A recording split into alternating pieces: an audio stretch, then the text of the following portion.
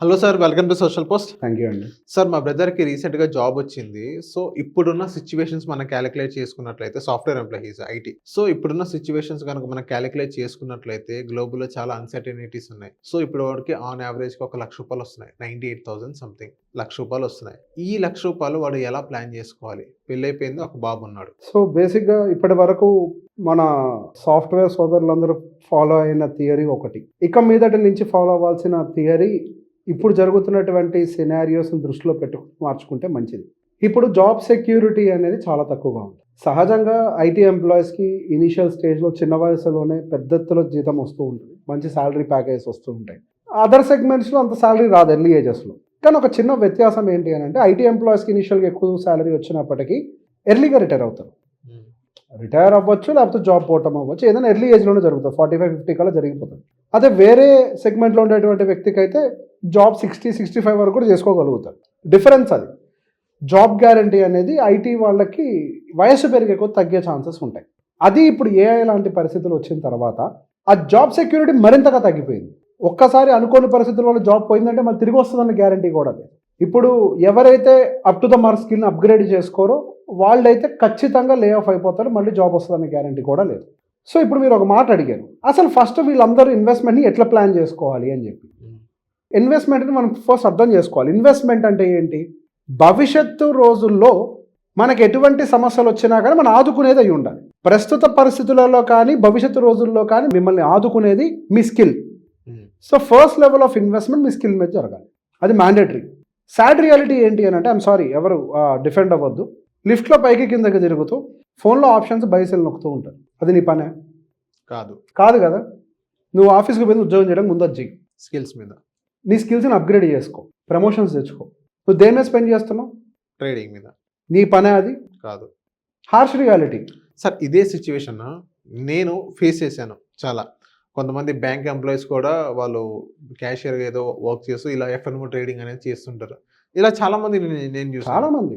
So ఏంటంటే bank ఎంప్లాయీస్ని ఎందుకు అంటున్నానంటే, సో వాళ్ళకి స్పెసిఫిక్గా ఏదైనా స్టాక్స్ గురించి కానీ లేకపోతే వాళ్ళ బ్యాంకింగ్ సెక్టర్ గురించి కానీ అవగాహన ఉండి వాళ్ళు ట్రేడింగ్ చేస్తున్నారంటారా, లేకపోతే ప్యాషన్తో అంటారా? ఇప్పుడు ట్రేడింగ్ అనేది చాలా డిఫరెంట్ బాల్ గేమ్ అండి. నాకు కంప్యూటర్ వచ్చు కాబట్టి నేను బైసెల్ నొక్కగలుగుతాను కాబట్టి ట్రేడింగ్ చేయగలుగుతాను ఎంత అనుకోవడం ఎంత తప్పో, నువ్వు ఒక చార్టెడ్ అకౌంటెంట్గా ఉండి కూడా ఒక స్టాక్ని కొనగలుగుతాను అనుకోవడం అంత తప్పు. బ్యాంక్ ఎంప్లాయీ అయినా అంతే. చార్టెడ్ అకౌంటెంట్గా నువ్వు ఆడిట్ చేయగలుగుతావు. నీ స్కిల్ ఎంతవరకు అంటే ఆడిట్ చేయడం వరకే. స్టాక్ మార్కెట్లో మారే నెంబర్లకి మనం చేసే ఆడిట్కి సంబంధం లేదు. అది రియాలిటీ. స్టాక్ మార్కెట్లో కంపెనీలు అద్భుతంగా స్ట్రాంగ్గా హెల్తీగా ఉన్నా అవి పెరగవు. ఎన్నో ఉన్నాయి అట్లా. హెచ్డిఎఫ్సి బ్యాంక్ మంచి బ్యాంకేగా, లాసెస్ లేదు. 4 ఇయర్స్ నుంచి రిటర్న్స్ లేవు. కరూర్ వైశ్య బ్యాంక్ మంచి బ్యాంకేనా, 4 ఇయర్స్ బ్యాక్ 10 ఇయర్స్ వరకు రిటర్న్స్ లేవు. ఆడిటింగ్ వేరు, స్టాక్ మార్కెట్ పెద్ద ప్రపంచం. స్టాక్ మార్కెట్ ప్రపంచమే వేరు. అందరూ అనుకుంటారు స్టాక్ మార్కెట్ అని అంటే నేను పొద్దున్నే నిద్రలు చూసి న్యూస్ హెడ్లైన్స్ చూసి ఆ రోజు ట్రేడింగ్ చేయగలుగుతాను అనుకుంటారు. స్టాక్ మార్కెట్ హెడ్లైన్స్ మీద కాదు డిపెండ్ అయ్యేది. ఫస్ట్ మీ స్కిల్స్ మీద మీరు ఫోకస్ పెట్టి మిమ్మల్ని మీరు అప్గ్రేడ్ చేసుకోండి. నేను ట్రేడర్నండి, నేను ట్రేడింగ్ చేస్తాను, స్టాక్స్ కొన్నాను, ఎఫ్ఎన్ఓ ట్రేడింగ్ చేస్తా, ఇన్వెస్ట్మెంట్ మ్యూచువల్ ఫండ్లోనే పెడతా.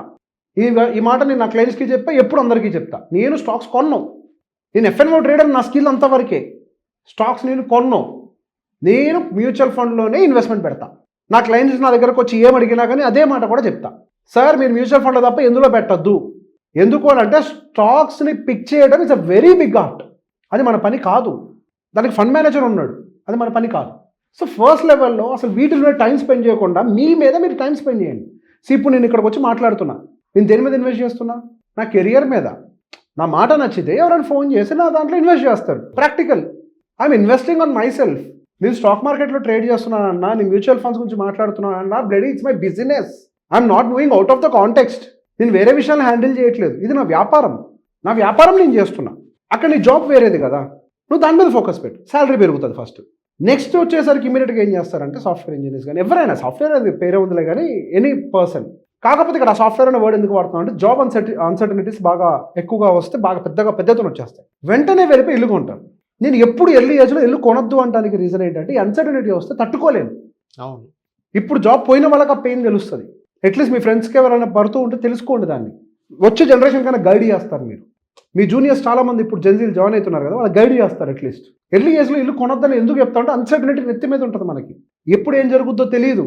రాత్రి పడుకొని పొద్దున్న నిద్రలు వస్తాను గ్యారంటీ లేదు, ఆఫీస్కి వెళ్ళి ఇంటికి వస్తాను గ్యారంటీ లేదు, జాబ్ ఉంటుందా లేదా గ్యారంటీ లేదు. అలాంటప్పుడు ఏం చేయాలి? ఇల్లు కొనొద్దని ముందు అంటారు. డబ్బులు సేవ్ చేయండి, ఇన్వెస్ట్ చేయండి. ఏంటి మీ జీవిత ఆశయం ఇల్లు కొనటమా? ఇంకా చాలా ఉన్నాయి దాంతో పాటు. పిల్లలు లేరా? ఉన్నారు. పెళ్లి చేసుకున్నారుగా, పిల్లలు ఉన్నారుగా, పిల్లలు ఉన్నారు కదా, వాళ్ళ భవిష్యత్తు బాధ్యత ఎవరిది? Who is responsible for kids future? Your house, nothing, no. Those bricks, cement, sand, iron రాడ్లా? Who is responsible? It's you. డబ్బులు పెట్టండి ముందు పక్కకి. ఉద్యోగం పోతే కనీసం 2-3 ఏళ్ల పాటు మీరు బ్రేక్ తీసుకొని మీ స్కిల్ని అప్గ్రేడ్ చేసుకోవడానికి, సర్వే అవ్వడానికి డబ్బులు ఉన్నాయా? లేవు. ఒక్క నెల జీతం లేట్ అయితే ఈఎంఐలకు డబ్బులు లేవు. నిజమా అది? వాస్తవం. మరి ఎందుకండి మనకి ఇవన్నీ చూసి చూడకుండా అప్పులు చేసేసి ఇల్లు కొంటాలు, ల్యాండ్లు కొంటాలు? సో ఇప్పుడు ఇప్పుడు వీడి సిచ్యువేషన్ ఏం చేద్దాం? ఇప్పుడు 1,00,000 రూపాయలు వస్తున్నాయి వాడికి, 90 1,00,000 రూపాయలు వేసుకుందాం. First level upgrade your skill. నెలకు 10,000 ఖర్చు పెడతావా, 20,000 ఖర్చు పెడతావా, డజంట్ మ్యాటర్. ముందు స్కిల్ పెంచుకోండి. స్కిల్ ఉంటే జాబ్ పోదు. స్కిల్ ఉన్నోడికి జాబ్ ఎక్కడికి పోదు. ఒకటి తీసేసినా కూడా వెంటనే రిక్రూట్ చేస్తాడు. ఓకే. స్కిల్ ఉన్నోడికి ఏం కాదు. ఫస్ట్ నువ్వు ఎంత స్ట్రాంగ్ అవ్వాలంటే నీ ఇన్వెస్ట్మెంట్ తోటి నిన్ను టచ్ కూడా చేయకూడదు ఎవరి ఇండస్ట్రీలో. ఓకే. నీ ఇన్వెస్ట్మెంట్ అంత స్ట్రాంగ్ ఉండాలి, అది పిల్లర్. ఆ తర్వాత కొంత డబ్బులు ఒక 2-3 సంవత్సరాలకు సరిపడా తీసి పక్కకు పెట్టు. ఎటువంటి సినారియో వచ్చినా నువ్వు సర్వైవ్ అవ్వగలుగుతావు. అది నీకేమి ఇస్తుంది తెలుసా? భద్రత ఇస్తుంది మైండ్కి. నాకేం కాదు అన్న ధైర్యం నీకు ఎమోషనల్గా ఎప్పుడైతే వస్తుందో డబ్బులు ఉన్నాయని, అప్పుడు నువ్వు వర్క్ మీద ప్రాపర్గా ఫోకస్ చేస్తావు. ఈఎంఐల గురించి భయపడవు. ఫోకస్ అంతా క్లియర్గా వర్క్ మీద ఉంటుంది. పిల్లల భవిష్యత్తు కోసం కొంత డబ్బులు పక్కకు పెట్టు. అవన్నీ వచ్చిన తర్వాత ఇంటి గురించి ప్లాన్ చేద్దాం. అది లాస్ట్ స్టెప్. నా ప్రాబ్లం ఏంటంటే ఎవ్రీ టైం దాని ముందర తెచ్చి పెడుతున్నారు. యూ హ్యావ్ మనీ సఫిషియంట్, కొనుక్కో, తప్పే లేదు. నీ జీవితాన్ని నువ్వే సెట్ చేసుకోవాలి. నువ్వే సెట్ చేసుకోవాలంటే సెట్ చేయాల్సిన ఎలిమెంట్స్ చాలా ఉన్నాయి బ్రదర్. దెబ్బ తగిలిన తర్వాత అయ్యో దెబ్బ తగిలిందంటే ఇంకెవ్వరు ఏమీ చేయలేరు. ఏది కూడా ఆపరేషన్ దాకా తెచ్చుకోవద్దు. మెడిసిన్తో పోద్ది కదా, చిన్న మెడిసిన్తో పోద్ది. Organise your things, don't go emotionally. అసలు ట్రేడింగ్లు ఇవన్నీ మీ జాబ్ కాదు. నేను స్ట్రేట్గా నిర్మోహటంగా చెప్తాను, ఇట్స్ నాట్ యువర్ జాబ్. అంతే. ఎవరు చేయాలంటారు? ట్రేడర్ చేసుకుంటాడు వాడు. ఇప్పుడు ట్రేడర్స్గా వచ్చిన వాడు ఎంతమంది సెట్ అవుతున్నారండి? మీరు ఎంతమంది ఇంటర్వ్యూ చేస్తున్నారు మీకు తెలీదా? ఎవరు లేదు, సరిగ్గా లేరు కదా. 1-2% అంతే. అంతే కదా, అంతే, తక్కువే కదా. ఎంతమందికి సెట్ అవుతుంది? ప్రాక్టికల్గా 1-2% నేను ఉండనానంటే నో వన్ నోస్. ఒకవేళ లేకపోతే ఏంటి? లేకపోతే ఏంటి నీ పరిస్థితి? నీ ఫ్యూచర్ ఏంటి? నువ్వు పెట్టిన డబ్బులు నెట్టిపోతాయి, నువ్వు పడ్డ టెన్షన్ ఎట్టిపోతుంది. నువ్వు వర్క్ని ఇగ్నోర్ చేసి ఇక్కడ కాన్సన్ట్రేషన్ పెట్టావు, అది ఎట్టిపోద్ది. వర్క్ని ఇగ్నోర్ చేసి ఇక్కడ కాన్సన్ట్రేషన్ పెట్టి కెరియర్లు పాడు చేసుకున్న వాళ్ళు బోలెడు మంది ఉన్నారు తెలుసా ఫీల్డ్లో, ఐటీలో. నా దగ్గరకు వచ్చి బాధపడ్డ వాళ్ళు ఉన్నారు. సార్ నేను వర్క్ మీద ఫోకస్ పెట్టుంటే కనీసం నాకు ప్రమోషన్, జాబు, శాలరీ మంచిగా ఉండేది సార్ అని. దానివల్ల నా శాలరీ పెరగలేదు సార్ అని చెప్పారు. తప్పెవరిది? ఇప్పుడు నేను అయ్యో పాపమని అంటే నో, అయ్యో పాపమని అనద్దు. నువ్వు తప్పు చేసావు, తప్పు తప్పే, తప్పు మారదు. అసలు తప్పు చెయ్యకు, నీది కాని పని నువ్వు చెయ్యకు. ఇప్పుడు సింగర్ అయితే మంచి ఫేమ్ వస్తుంది కదా అని పాటలు పాడతావు పోయి, నీ పనే కాదు కదా. అన్నీ మన పనులు కాదు కదా. మన లిమిట్స్లో మనం ఏం చేయగలుగుతాం అది చేయాలి. ఓకే. నువ్వు ఇన్వెస్ట్ చేయి, హ్యాపీగా ఇన్వెస్ట్ చేయి. ఎల్లు మంచిగా మ్యూచువల్ ఫండ్స్లో నచ్చిన దాంట్లో ఇన్వెస్ట్ చేసుకో. You do your job. ఇప్పుడు నువ్వు ఇన్వెస్ట్మెంట్ సాలిడ్గా చేయాలంటే నీకు సాలిడ్గా శాలరీ రావాలి. సాలిడ్ శాలరీ ట్రేడింగ్ చేస్తే వస్తుందా? నువ్వు జాబ్ని సాలిడ్గా చేస్తే వస్తుంది. స్కిల్స్ పెంచుకుంటే వస్తుంది. మన ఇన్వెస్ట్మెంట్ ఫస్ట్ ఎక్కడ పడాలి? ఎర్లీ ఏజ్లో స్కిల్ సెట్. సెకండ్ ఎక్కడ పడాలి? Fund building. థర్డ్ ఎక్కడ పడాలి? Future building. ఫ్యూచర్ బిల్డింగ్ అంటే పిల్లల ఫ్యూచర్. ఫోర్త్ ఎక్కడ పడాలి?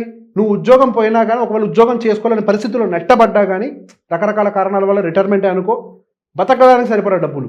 తర్వాత ఎక్కడ పడాలి? ఇంటి మీద పడాలి. తర్వాత లగ్జరీ మీద పడాలి. There is a flow. Okay, there is a flow. Okay, okay. కంగారు పడిపోయి పాడు చేసుకోవాలి. Okay, okay. So thank you sir, మా సోషల్ పోస్ట్ వచ్చినందుకు.